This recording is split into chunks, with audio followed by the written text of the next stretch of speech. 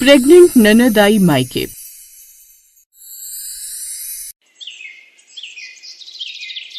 कविता अपने घर वालों के साथ सुबह का ब्रेकफास्ट कर रही थी, तभी उसके दरवाजे पर किसी की दस्तक होती है। ओफो, इस समय कौन आ गया बहू? जा जरा दरवाजे पर देख तो सही कौन आ गया। जी माँ जी। इतना बोलकर कविता बीच में ही ब्रेकफास्ट छोड़कर दरवाजे पर जाती है और अब कविता जैसे ही दरवाजा खोलती है वैसे ही उसकी ननद अधमरी हालत में अपनी भाभी के ऊपर आ गिरती है और कविता जोर जोर से अपने घर वालों को आवाज लगाती है, माँ जी, रोहन, पिताजी, जल्दी आइए, देखिए ननद जी को क्या हो गया। कविता की आवाज सुनकर अब सभी लोग डाइनिंग टेबल से उठकर तुरंत दरवाजे पर जाते हैं, जहां वो नेहा की ऐसी हालत देखकर घबरा जाते हैं। अब रोहन तुरंत अपनी बहन को अपनी गोद में उठाता है और उसके कमरे में ले जाता है। तो वहीं कविता के ससुर विनोद डॉक्टर को फोन करके बुलाते हैं। डॉक्टर नेहा का चेकअप करने के बाद सभी घर वालों से कहते हैं, देखिए नेहा जी प्रेग्नेंट है और इस हालत में भी इनको जरा भी आराम नहीं। आप लोग जितना हो सके उतना इन्हें आराम करने को कहिए, वरना कल को बहुत बड़ी दिक्कत हो सकती है। फिलहाल मैं कुछ दवाइयां लिख कर दे रहा हूँ, अगर इन दवाइयों से इन्हें आराम आता है तो ठीक है, वरना आप इन्हें किसी अच्छे और बड़े अस्पताल में दिखा देना। इतना बोलकर डॉक्टर नेहा को दवाई देकर वहां से चला जाता है। पर नेहा के साथ आखिर ऐसा क्या हुआ जो नेहा अधमरी हालत में अपने मायके आई? अब ये तो तभी पता चलता जब नेहा को होश आता। घर में सभी लोग चिंतित थे, उन्हें समझ नहीं आ रहा था कि आखिर नेहा की हालत ऐसे कैसे हुई, क्योंकि उन्होंने नेहा के लिए परिवार तो अच्छा चुना था। कुछ घंटे के बाद नेहा को होश आता है और वो नेहा से सवाल करती है, ननद जी, आप इस हालत में, आखिर क्या हुआ आपके साथ? आप ऐसी हालत में यहाँ कैसे आई? सब कुछ ठीक तो है ना? भाभी, मैं बिल्कुल भी ठीक नहीं हूँ। वो मेरी और मेरे होने वाले बच्चों की जान के दुश्मन बने पड़े हैं, मुझे बचा लीजिए। ये तो कैसी बात कर रही है नेहा? अरे वो लोग आखिर तुझे और तेरे होने वाले बच्चों को कोई नुकसान क्यों पहुँचाना चाहेंगे? आखिर ये है तो उनके खानदान का ही।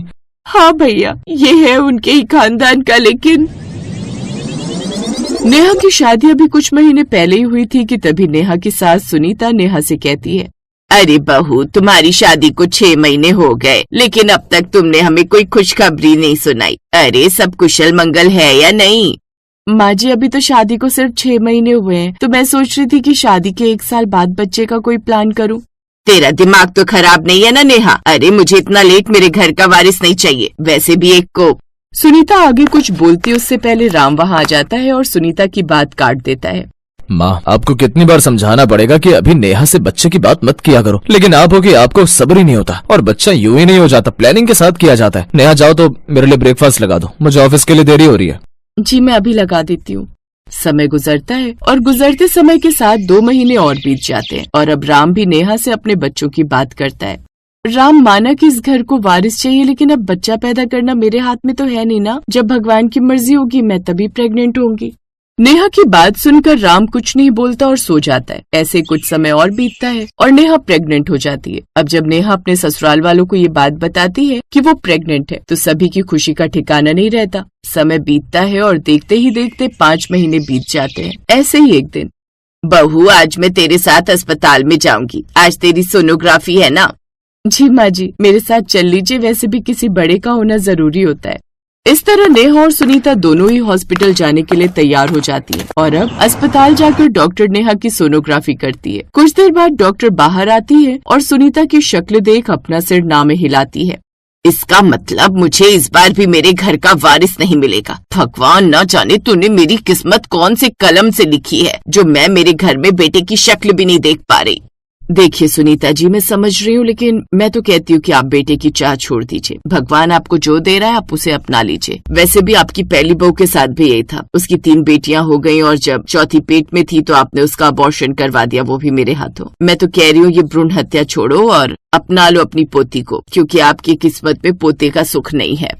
अरे ऐसे कैसे अपना लूं? मैं अपनी एक बहू को अपने घर से इसीलिए थोड़ी ना निकाला है ताकि अपनी पोतियों को अपना सकूं। अरे उस करमजली को निकालने के बाद अपने बेटे की दूसरी शादी करवाई, लेकिन इससे भी मेरे बेटे को बेटा नसीब नहीं हो रहा। डॉक्टर और सुनीता आपस में बात कर रहे थे, लेकिन वो इस बात से अनजान थे कि नेहा ने उनकी सारी बात सुन ली है। अब कुछ ही देर में नेहा अपनी सास के साथ घर आ जाती है और वो जैसे तैसे राम की पहली पत्नी का एड्रेस निकलवाती है और उससे मिलने जाती है, जहाँ उसे पता चलता है कि उसकी पहली पत्नी को 3 बेटियां हैं और बेटा न होने के कारण राम ने उसे छोड़ दिया। और अब उसे ये भी पता चलता है कि अगर उसकी बेटी होगी तो राम उसे भी छोड़ देगा। लेकिन नेहा शांत बैठने वालों में से नहीं थी। अब वो दोबारा अपने ससुराल जाती है, लेकिन अकेली नहीं बल्कि बल्कि अपनी सौतन के साथ। पहली बहू को देखकर सुनीता और राम के पैरों तले जमीन खिसक जाती है और सुनीता हंसते हुए कहती है तो तुझे सच का पता चल गया बहू, चलो अच्छा है। अब जब तुझे सच का पता चली गया तो वह आमने सामने होगा। तेरे पेट में पल रही है बेटी, या तो इसका अबॉर्शन करवा दे, अपनी सौतन के साथ इस घर से उल्टे पैर निकल जा।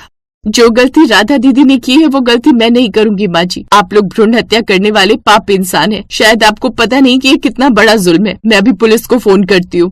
पुलिस का नाम सुनते ही राम नेहा के हाथों से उसका फोन छीन लेता है और उसे जोरदार तमाचा मारता है। साथ ही वो राधा को भी मारता है, जिस पर नेहा राधा को जैसे तैसे घर से बाहर भेज देती है और राधा भी वहाँ से भाग जाती है। लेकिन बेचारी अपने ससुराल में नेहा फंस जाती है और राम और सुनीता उसको इतना मारते हैं कि बेचारी नेहा की हालत अधमरी हो जाती है। देर रात सभी लोग सो रहे थे, तभी नेहा मौका देखकर अपने घर से भाग जाती है और चलते चलते आखिरकार वो सुबह तक अपने मायके पहुंच जाती है। ये लोग बेटे की चाह में इतने अंधे हो गए कि इन लोगों ने हम लोगों से इतना बड़ा झूठ बोला। कोई बात नहीं नेहा, तेरे ससुराल वालों को सजा तो जरूर मिलेगी। देखिए जी, जोश में होश मत खोइए। अरे क्या गारंटी है कि ये लोग पुलिस वालों का मुंह बंद न करे। जिस तरह इन लोगों ने डॉक्टर को पैसे देकर उससे इतना बड़ा पाप करवाया है, ठीक उसी तरह ये लोग पैसे देकर पुलिस वालों को भी अपनी तरफ कर लेंगे। मैं तो कहती हूँ उनके खिलाफ कोई तगड़ा एविडेंस होना चाहिए। विद एविडेंस हम नेहा के ससुराल वालों के खिलाफ FIR दर्ज करवाएंगे, न कि केस करेंगे। बहू बिल्कुल ठीक कह रही है रोहन, हमें जोश में होश नहीं खोना चाहिए। अब सभी लोग नेहा के साथ राधा के घर जाते हैं और नेहा राधा को बहुत मनाती है, जिस पर राधा FIR दर्ज करवाने के लिए तैयार हो जाती है। और इस तरह नेहा, राधा और नेहा के परिवार वाले पुलिस स्टेशन में जाकर राम और उसके परिवार वालों के खिलाफ FIR दर्ज करवाते हैं। और इस तरह पुलिस नेहा के ससुराल वालों के साथ उस डॉक्टर को भी अरेस्ट कर लेती है, जो इन सब में उनका साथ दे रही थी। इस तरह उन लोगों को कड़ी से कड़ी सजा होती है और नेहा और राधा एक साथ अपने ससुराल में बहनों की तरह रहती है।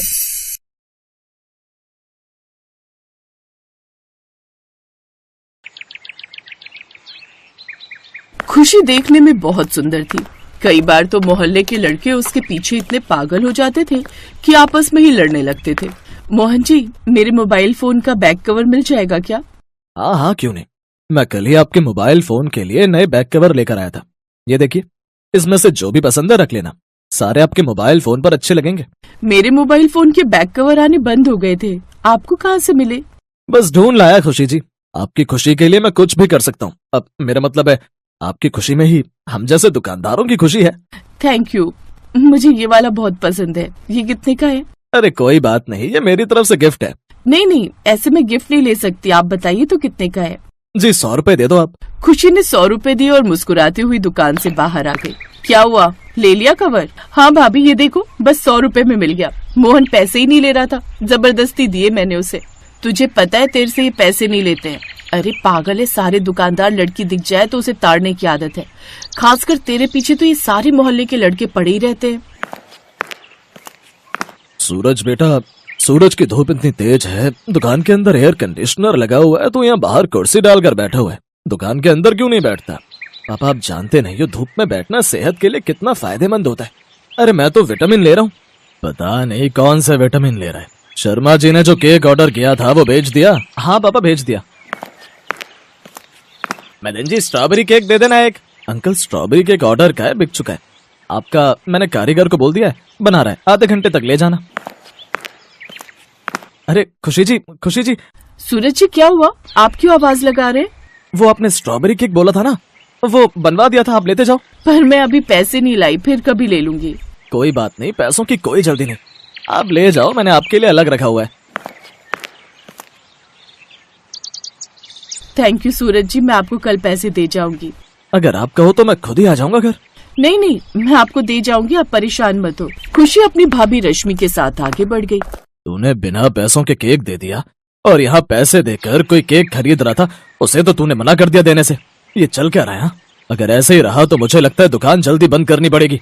बेवकूफ कहेगा, कोई जरूरत नहीं है एसी में बैठने की, फालतू का बिल आता है। और वैसे भी तुझे तो सूरज की धूप लेनी है ना, विटामिन मिलेगा। खुशी मुझे तो लगता है ये मोहल्ले के लड़के पागल हैं, तुम्हें देखते ही झल्ले हो जाते हैं।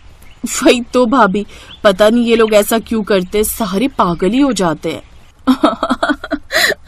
दोनों ननद भाभी जोर जोर से हंसने लगी और घर आ गई। खुशी के साथ अक्सर ऐसा होता था। मोहल्ले में अब लड़कों ने जानबूझकर खुद अपनी अपनी दुकान पर बैठना शुरू कर दिया था ताकि खुशी कोई सामान लेने के लिए आए तो वो उसे ताड़ सके। और तो और साप्ताहिक छुट्टी वाले दिन भी अब मोहल्ले की दुकानें बंद नहीं रहती थी, बल्कि पूरा दिन खुली रहती थी। तुझे क्या जरूरत थी आज दुकान खोलने की? देखा, चालान कट गया ना। तो दुकान खोलने आया ही क्यों था? पापा जी वो सामने देखो, सूरज, मोहन, सतीश, गोपाल सबने अपनी अपनी दुकान खोली हुई है।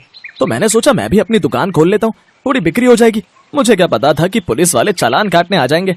कोई कुएं में कूदेगा तो तू साथ में कुएं में कूद जाएगा। तेरे बाप ने तो आज तक कभी छुट्टी वाले दिन दुकान खोली नहीं। वो तो अक्सर यही सोचता था कि सप्ताह की छुट्टी हो तो थोड़ा आराम मिले। वो बाप आप ही हो पापा? हाँ, मेरा मतलब वही है। चल अब दोबारा पुलिस वाले आए, इससे पहले दुकान का शटर गिरा और घर चल। बस पापा, आधे घंटे में दुकान बढ़ा कर आ रहा हूँ। मनीष के पापा गुस्से में चले गए, तभी खुशी आ गई। मनीष जी, वो आपने फोन किया था? थैंक यू, आपने आज दुकान खोल ली, वरना आज मैं बाल धोने से रह जाती। मुझे एक फंक्शन में जाना था, वो शैम्पू की बोतल दे दीजिए। ये लीजिए खुशी जी। अरे मनीष बेटा, तेरा कितने का चालान काट कर गए?